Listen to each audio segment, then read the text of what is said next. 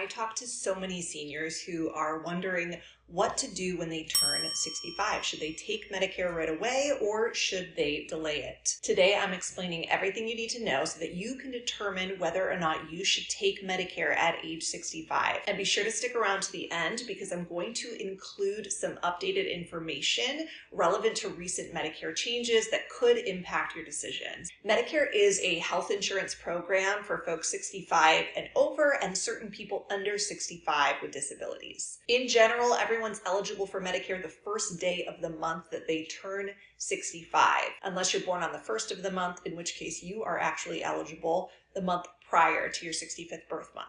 If you want to take Medicare when you are first eligible, then you will generally need to enroll during what's called your IEP, your initial enrollment period. This is a 7-month window. It starts 3 months before the month you turn 65. It includes your 65th birth month, and it lasts up to 3 months after the month you turn 65.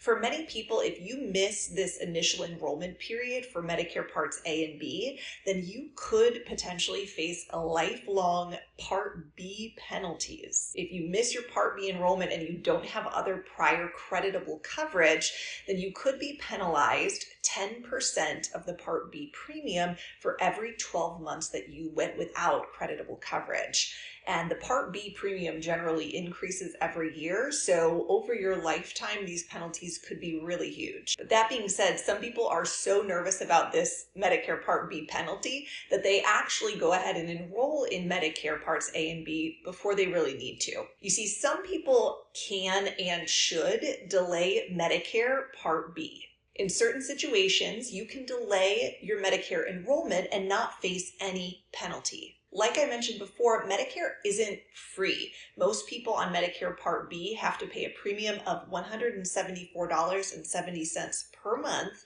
or that premium could be higher for certain high-income earners. And if you have certain types of other creditable coverage, then you actually don't need Medicare at age 65. In fact, you should delay it. For the purposes of delaying Medicare Part B past age 65, creditable coverage is considered being actively employed and covered under your employer-sponsored health plan, or if your spouse is actively employed and you are covered under your spouse's active employer health plan.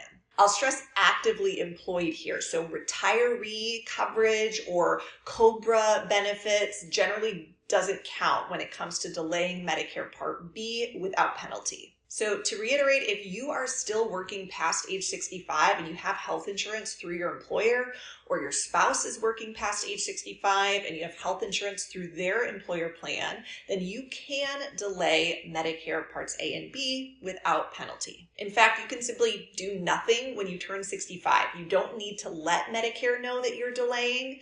When you are ready to retire or come off of your employer health plan, there will be certain ways that you will let Medicare know that you've had this creditable coverage so that Medicare knows that you don't face any penalties. This is done by either filling out the L564 CMS form, which requires a signature or stamp from your employer or HR department confirming that you've had this creditable coverage, or if you are completing your Medicare Part B enrollment online using your Part B special enrollment period window, you will upload some type of proof that you have had prior creditable coverage. If you're doing the Medicare Part B online application, they'll let you know what type of proof you need to upload so that you can prove that you've had this prior creditable coverage. So retiring past age 65 actually qualifies you for what's called a Part B special enrollment period. And I've linked a video below all about the Part B special enrollment period. It goes into more depth about that.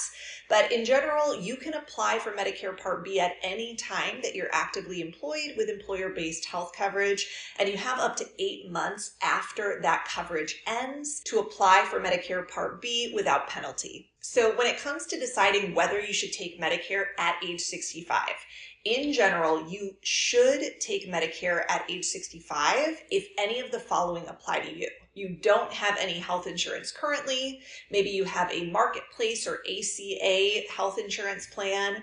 If you're self-employed and purchase your own individual or family health insurance plan. If you're retired or on a retiree plan, or if you have COBRA health insurance benefits. If any of those sound like you, then you should generally apply for Medicare during your initial enrollment period when you turn 65. Additionally, if you're actively employed with employer health insurance, but your employer has fewer than 20 employees, then Medicare recommends that you apply for Medicare Parts A and B when you first turn 65. It's not that you'll get penalized if your employer has fewer than 20 employees. However, if your employer has less than 20 employees, then Medicare is designed to become your primary insurance coverage and the employer plan pays secondary. This is different than large employers that have 20 or more employees, in which case the employer plan is primary and Medicare would be secondary, so you don't really need it. So again, if your employer has fewer than 20 employees, then Medicare is designed to be your primary coverage at age 65. And if you don't apply for Medicare at age 65, you could run into claims issues. So to avoid that risk, Medicare recommends enrolling in Medicare at age 65 if your employer has fewer than 20 employees. Also, for those who have VA benefits, Medicare typically recommends enrolling at age 65. When you have VA coverage, you have complete coverage at VA doctors, hospitals, and pharmacies.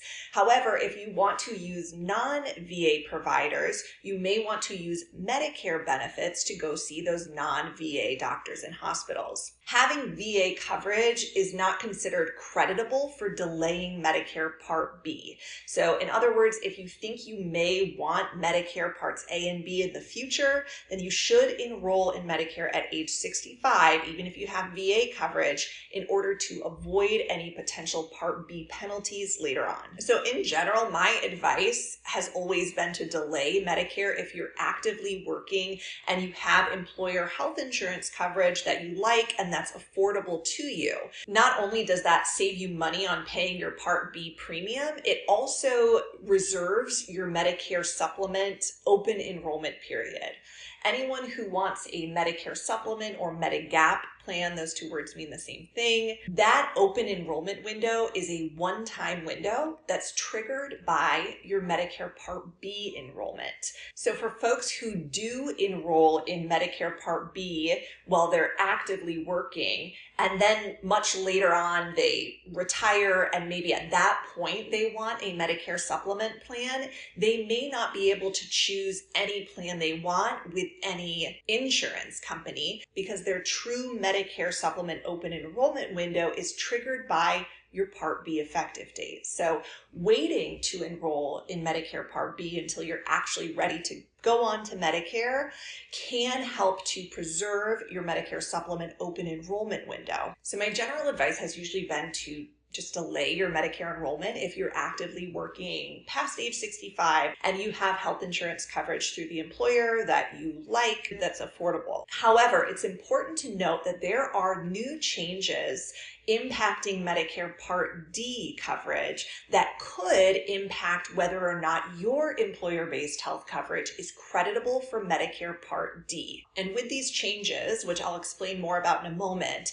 it may impact whether or not you actually want to stay on your employer plan if you're still working past age 65, or if you may want to choose to come off of your employer plan sooner and get on to Medicare. So we already reviewed what makes coverage creditable for delaying Medicare Part B and avoiding any potential Part B penalties. There is also coverage that is creditable for delaying Medicare Part D. Now, Part D of Medicare is your prescription drug component, and this can be obtained through either a standalone prescription drug plan with traditional Medicare or through a Medicare Advantage plan that includes prescription drug coverage. For most people, they'll have to enroll in a Part D plan during their initial enrollment period, that 7-month window, in order to avoid any Part D penalties. And I've linked a video below that explains more about Part D penalties and how they work. Now, if you have creditable coverage for Part D, then you can delay Medicare Part D without any penalties. So what is creditable Part D coverage? Now, put simply, it means that you have prescription drug insurance coverage that is at least as good or better than the coverage offered through Medicare Part D. When it comes to employer insurance plans, if you're still working and actively employed, most of the time employer health plans have been considered creditable for Medicare Part D.